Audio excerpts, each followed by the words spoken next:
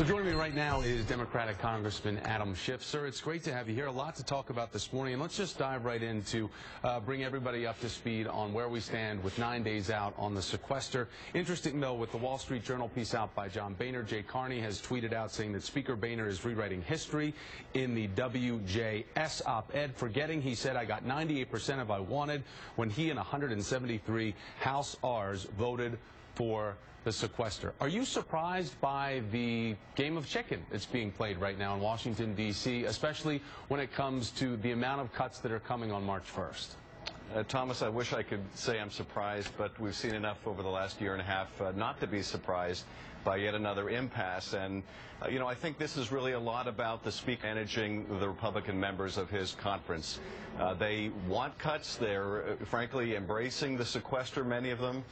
This is a way of managing the Tea Party element in his caucus, but it's going to be very damaging to the country. And I think in terms of where the president is, he has offered to compromise on this. He's offered to, split the difference between new revenues and additional cuts. And in fact, so far in about the $2 trillion in deficit reduction we've done, it's been 2-to-1 more cuts than revenues. So I think the American people recognize the president is willing to compromise, has compromised. But I think the GOP right now, for their own internal reasons, feels they can't compromise, and this is good politics for them, but I think they're mistaken. Meanwhile, sir, in further reading of that op-ed by Speaker Boehner, he goes on to say that Republicans' willingness to do what is necessary to save these programs is well known, but after 4 years, we haven't seen the same type of courage from the president. Obviously, the Speaker, they're talking about the Defense Department cuts that are needed, also the burgeoning fight that continues over Medicare, Medicaid, and Social Security. Do you think that there is the time to find the compromise needed to move forward? Well, probably not before the March 1st deadline, but we have another deadline coming up at the end of March, and that is a potential government shutdown.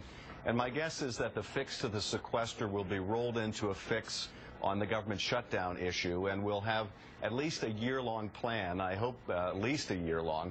But really, we do need something much longer term than that. We need a permanent fix to these fiscal issues, and it just shouldn't be that hard.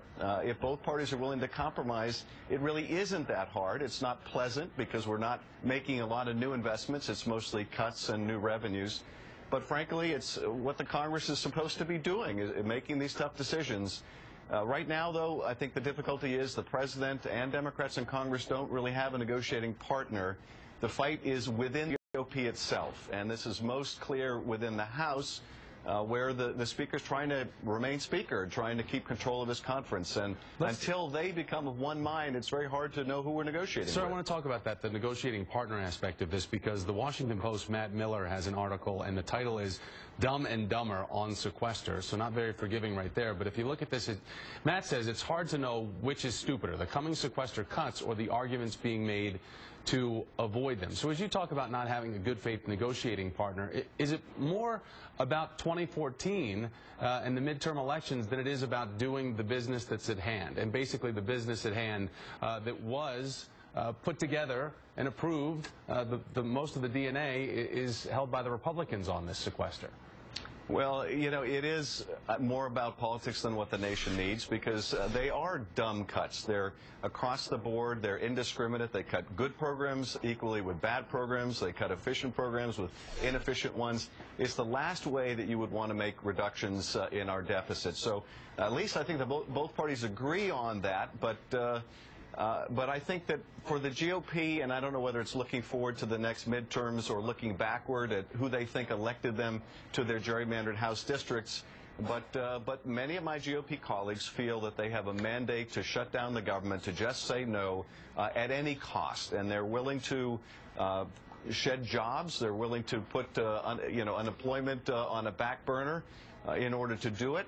It's hard for me to fathom that kind of ideological rigidity, but it's there. It's something the Speaker has to cope with, and I think, frankly, the Speaker at heart is more of a pragmatist, but he has a very unpragmatic conference to run, and if he wants to remain Speaker, he's got to placate that Tea Party wing. And that is, unfortunately, a very destructive situation for the country, and excruciatingly frustrating, because one last point, Thomas, I think our economy is really poised to finally take off.